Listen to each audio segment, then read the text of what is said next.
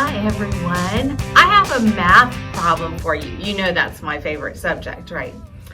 Which is more? Okay, just looking at this, which do you think is more? Well, this is $1, and this is 1, 2, 3, 4, 5, 6, 7, 8, 9, $10. So which is more? Well, that doesn't seem hard, right? It's 10, of course. Well, let's look at these same amounts in a little bit different way. You may not have learned about percentages yet in math class, but here's one example. If I have $10, forget about that one for just a minute. I have $10, I just counted it out, in $1 bills. Each one of these is 10%. So 10%, 20%, 30%, 40%, 50%, 60%, 70%, 80%, 90%, 100%. That's all of my money. If I had $10, okay, each one of these is worth 10%. Okay, so that gives you a little quick lesson in percentages. So it's 1/10 of what I have. Well, if I had all of these, it would total 100% of the money. Well, the Bible tells us that God expects us to give him 10%. And so if I had $10, then God would expect me to give $1 to him. And so most of us do this, Christians do this by giving 10% of our money to the church. But God doesn't just want us to give 10% of our money. He wants us to give 10% of our time as well. So that might mean we teach a class or help somebody in need, praying, all kinds of things that we could do to be serving God that would be part of that 10%. So that's kind of hard to do sometimes. It's much easier for me to give $1 in the offering plate than to spend 10% of my time. So I have to work on that. Well, here's another math problem using the $10 and the $1 bill. So let's pretend that I had $100 in my wallet. I don't have $100 here, so we are just going to use our imagination. Okay, 10% of that is $10. Okay, so if I really had $100, then I would give $10 in the offering bucket. When I came to church in the parking lot last week, someone came by my car, one of the ushers, and I would have put in $10. If I had 100, that would have been my 10%, my tithe. But what if the person in the car next to me only had $1 and not even like that, they only had a $1 bill. They didn't have any change. They couldn't break it and give 10 cents. They only had the $1 bill and they gave the entire amount. They put that $1 in the offering plate and I put $10 in the offering plate. So who gave more? Well, earlier I said $10 was more, right? Does it still seem like more when we're talking about the offering? Because remember, I had 100, I gave 10. Another math problem. Okay, I still had $90 left over after giving $10. So I still could have gone and gotten lunch, gotten some groceries, gotten gas in my car. But the person beside me didn't have anything left. They gave everything to church. Okay, well, I just made that scenario up. That's not what happened last Sunday. But let's think about that for a while I tell you a story from the Bible that kind of helps us decide which is more. In Mark chapter 12, verses 41 through 44, it's a very short story. We can read about a time when Jesus was talking to his disciples. Jesus was sitting near where the people were bringing their offering to the temple. They would come and they put them in what they called an offering box. But Jesus pointed out a poor widow who dropped in just 2 little coins. They would be worth something like just a penny together, like both of them. That was not much money then, and it's not much money now. The woman is called a widow if her husband died. But back in Bible times, most women did not have a way to earn money. Only the men did. So they often had to wait for others to give them food and money, anything that they needed if they lost their husbands. So Jesus also pointed out some very wealthy people that came by. But some of them were making sure that everybody saw when they put in their large sums of money and drew attention to themselves, so everybody would know how spiritual they were because they gave so much to God. Not everybody was doing that. Well, it's a very short story, so let me read it to you. In Mark 12, verse 41 through 44. And he sat down opposite the treasury, just means across the road from him, and watched the people putting money in the offering box. Many rich people put in large sums. And a poor widow came and put in 2 small copper coins, which make a penny. And he called his disciples to him and said to them, "Truly I say to you, this poor widow has put in more than all of those who are contributing to the offering box. For they have contributed out of their abundance. But she, out of her poverty, has put in everything she had, all she had to live on." That would be really hard to do, wouldn't it? To give everything you had? Well, here's a silly example to see if that helps you think about how hard it would be. Did you get a lot of candy for Halloween? What if your parents asked you to give every single piece to another child Halloween night before you even had a chance to eat one piece yourself? I mean, wouldn't it have been easier if they just asked you to give away one piece or share 1 or 2 pieces? That wouldn't be so bad, right?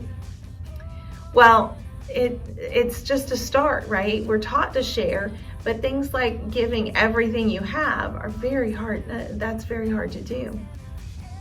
But Jesus tells us that the widow was the one that gave more.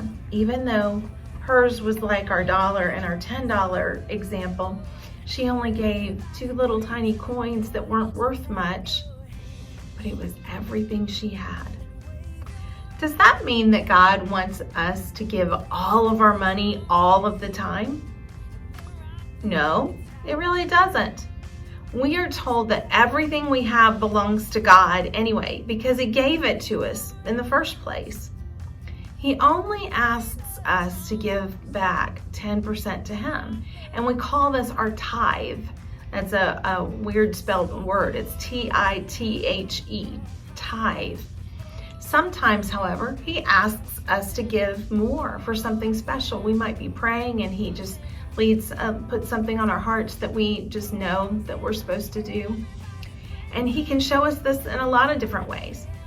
But if He asks us to give us something special, not give us, we call this our offering.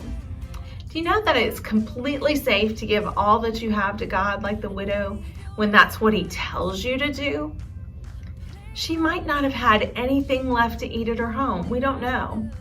People who do not know about God's love may think that this was not a smart move because she was so poor.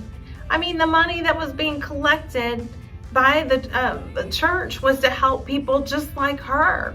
So why would she be the one giving? But God is more powerful and loving than that. She trusted God so much that she gave everything she had. God blesses that kind of faith all the time. I've seen God work like that in my life and in those around me.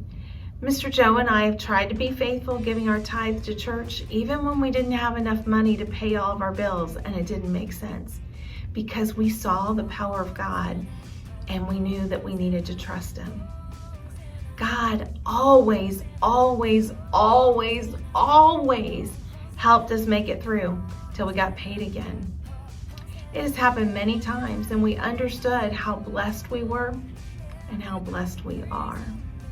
You know, you can trust Him like that too. Remember, that doesn't mean God is always telling us to give everything we have. He expects us to give that 10%, of our time, talent, and our finances, also called our treasure. He is always in control, and he always loves you more than you can imagine. Hi everyone. I thought it would be fun to do some experiments today dealing with coins.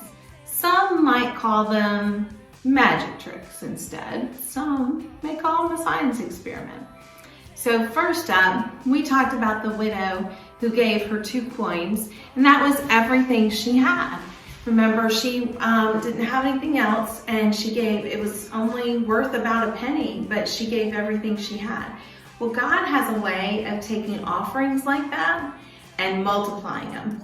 So I thought I'd show you how I can multiply this quarter, okay? So don't have anything in this hand, nothing up my sleeve, nothing like that, okay? And so I'm gonna take it and I'm gonna multiply it, okay? Abracadabra. Look at that, I've got 1, 2, 3, 4. Isn't that amazing? All right, for my second experiment, I'm going to take this penny and I'm going to set it down on this black so you can see it. And I'm going to put this glass over it, okay? Well, you can still see it, right? You can see it on the side, you can see it through the glass. And I'm going to take this water though, and I'm going to try with one hand to fill it up.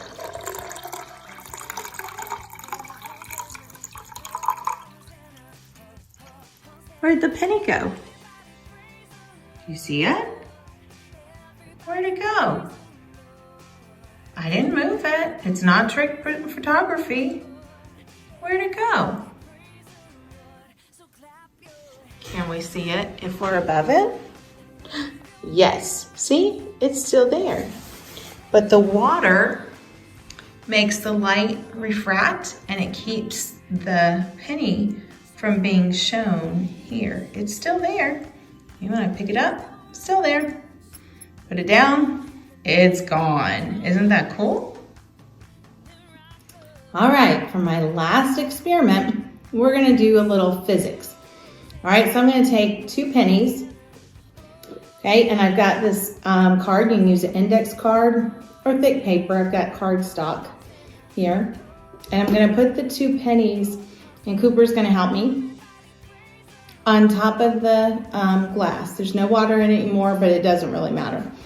Okay, now if I knock this card off, okay, most people would think that the pennies are just gonna fly across the room. And they might. But let's try and see if I can show you one of Newton's laws of motion. Okay, the pennies are stuck there, nothing's going on, no funny business, all right? I'm gonna try and knock the card out though.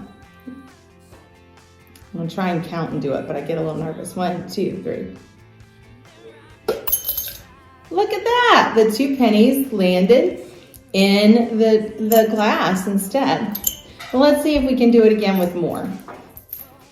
Okay, so I'm just gonna put, this is the same thing, I was just worried I'd knock the card in the floor and I wouldn't be able to reach it on the video.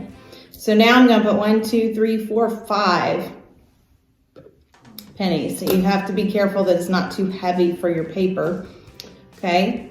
And let's try one more thing, okay? It's one more time. So these are at rest, and they stay at rest until a force is applied to it.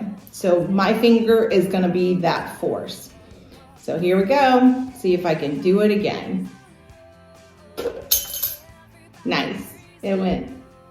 All right, that's all I have for you. There weren't a lot of science experiments that kind of matched this story, but I hope you have an awesome week, and I hope you remember Jesus loves you more than you can imagine.